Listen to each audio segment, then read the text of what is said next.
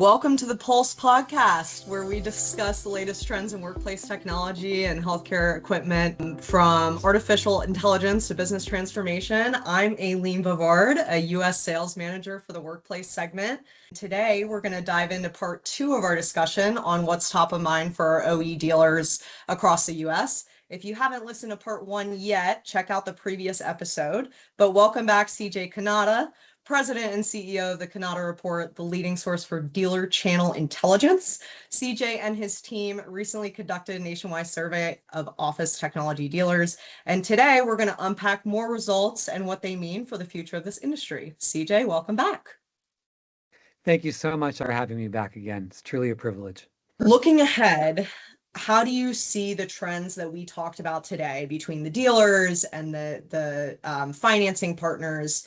How do you see that shaping the landscape in 2026? And what do you think dealers should be preparing for now and doing now, maybe a bit more specifically than what we've talked about before, to have a successful year and set themselves up? Let's talk about production printing and IT services for a moment. Those are, Okay. For the first time this year in our survey, we actually asked dealers. We've been asked about production printing and IT services for years, but this year specifically, we put together a matrix, if you will, where we asked dealers for their revenue, which we do every year. But then we said, okay, we picked out 6 lines of business, inclusive of sale of A3 and A4, sale and service of A3 and A4 MFP, MPS, IT and managed IT services, production printing, document management, and VoIP. I think that's 6. Okay. And then there's other. So, and what we asked them, and I'm so happy about this because I was hesitant to do this. I didn't know if dealers would be as transparent as they were with responding to this question. And the question, like, what are your lines of business and what percentage of revenue does each of those represent? That's interesting. Yeah. So we finally introduced that this year. We got great response. What we saw is, I'm going to put MP for the purpose of this conversation. Let's put MPS and A3 and A4 together because I think our MPS number, doesn't matter what it was, low. Most dealers out there are selling MPS. So, Sure. And that's all about the core, pretty much the core business anyway. It all has to do with sale and service of A3 and A4 devices, right? And it all has to do with what I like to refer to as, like I said, as the 8.5 by 11 document.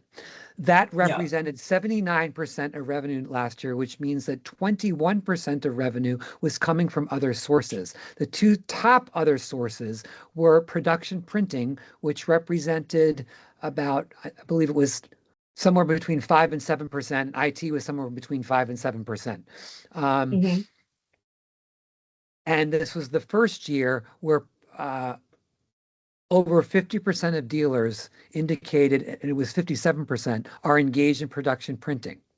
Also, 92% of all the dealers that took our survey, the 415 dealers that took our survey this year, indicated they were involved in production printing, which is very encouraging to us.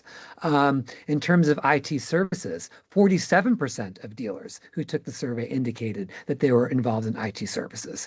And almost 3/4 of dealers involved in IT services, 73% of dealers, indicated that they saw an average increase in revenue of 28 or 29%. Wow. So that's great. You had about 11% that were flat, which leaves 20%. More than likely, if there's no comment, it probably means there's a decline. But that's overall very, very positive. Another thing that I would add, which is, I think, related to your question, correct me if you disagree, is just something that I would emphasize. I think dealers, I was pretty bullish on this, admittedly, in the survey. You have to understand IT. With the acceleration, not just the acceleration of AI and technologies, look at the network. Every OEM is, the MFP is just another computer. It's a computer. It's another device tied to a network and increasingly integrated into a network environment, particularly with net new customers, which I mean, numbers I'm hearing from manufacturers and other dealers in order to maintain or increase profitability year over year, they're going to have to increase the copier business by between 23 and 26%. These are the numbers that I'm Yeah. hearing. Is that a surprising number for you to hear, Eileen? Maybe a little bit surprising, but not completely. I mean, it kind of speaks to exactly what we were talking about, which is that all growth cannot happen in that avenue, right?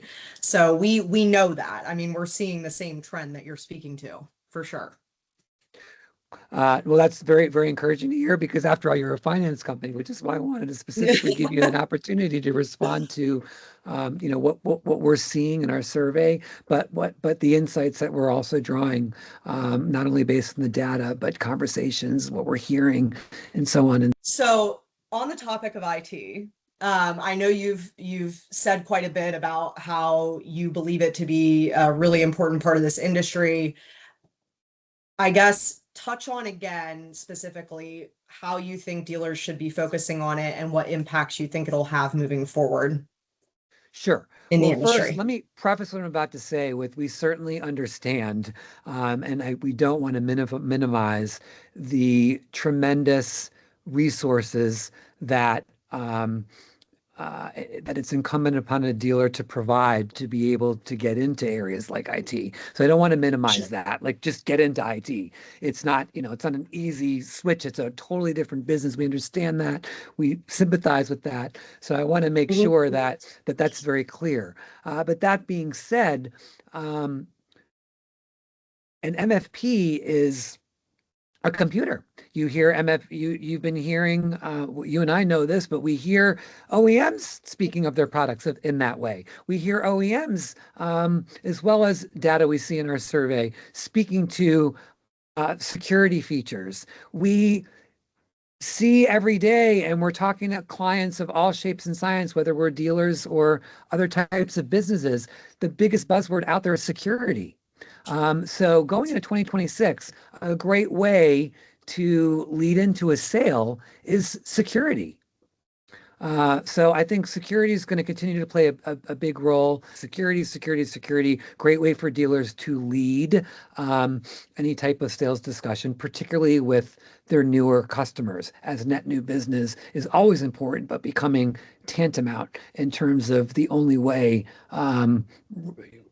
really to substantially grow.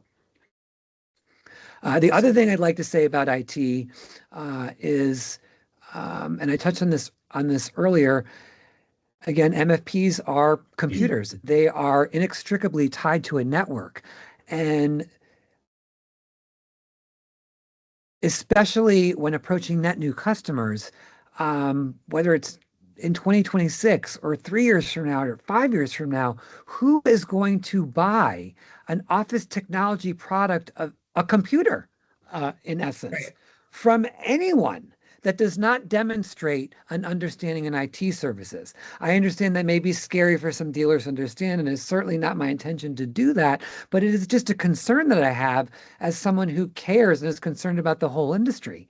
But the good news with IT services is while the revenues are lower, we're seeing in many cases profitability for those that are doing it well is higher than the core business. Mhm. That's something that I've been starting to hear and see recently. Yeah.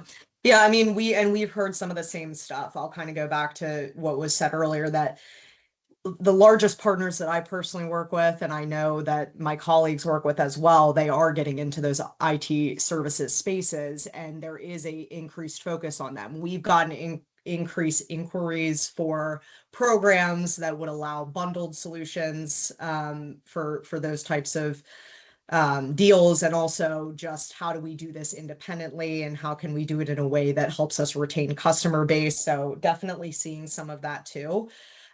Shifting a little bit, but can you also speak to the piece that you're referring to earlier about production print? You said that that was a large contributor to profitability for, or maybe it was revenue, I can't remember, but Revenue, for yeah. dealers in the survey this past year, what role do you see that playing through this year? Uh, the role that I think production printing is going to play going forward is it's going to continue to accelerate in terms of percentage of dealer revenue. This year, production, print, sales, and service represented 6% of all dealer revenue. And I'm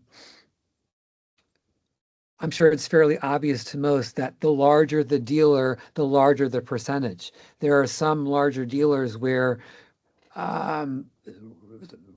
really well-established and well-diversified dealers who are well over 10%, some up to 20% in terms of percentage of revenue of production printing. Yeah. So I think we're going to see an accelerated growth in that.